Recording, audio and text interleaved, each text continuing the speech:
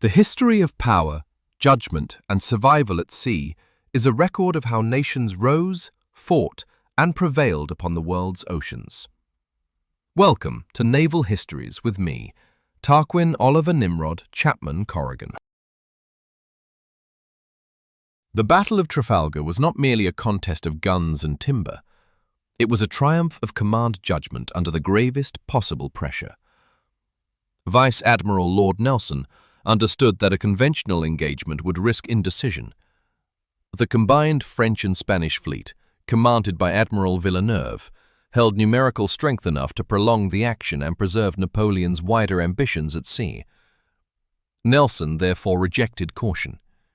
He chose to divide his fleet into attacking columns and sail directly into the enemy line, fully aware that this would expose his leading ships to punishing fire before they could reply. It was an audacious decision, but a calculated one.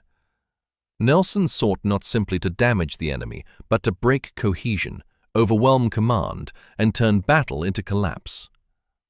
Villeneuve, by contrast, failed to impose decisive control upon a fleet already strained by uncertainty, uneven training, and fragile confidence.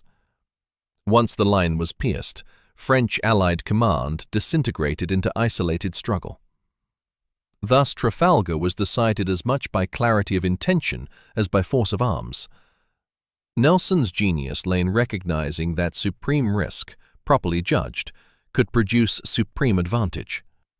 In destroying the enemy fleet, Nelson secured Britain's command of the seas for generations.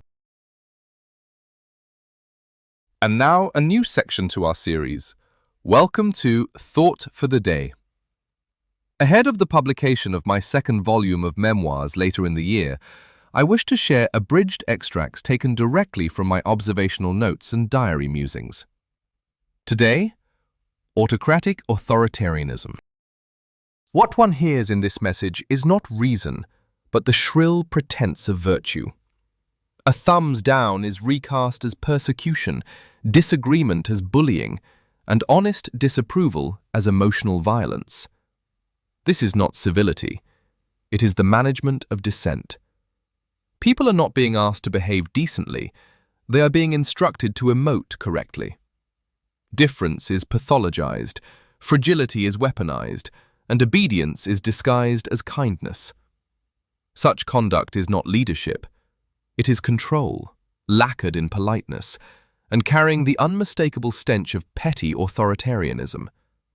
There is, of course, a distinctly narcissistic quality to it. The assumption that one's discomfort should become everyone else's restriction, that sympathy must be commanded rather than earned, and that disagreement exists only as a personal affront.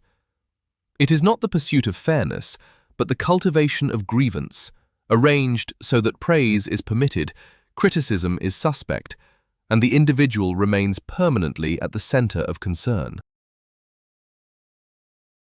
Next time, join me as we discuss the youngest service, the Royal Air Force, and its successful attempt to control the Fleet Air Arm. Till then, I wish you all well, and thank you for watching.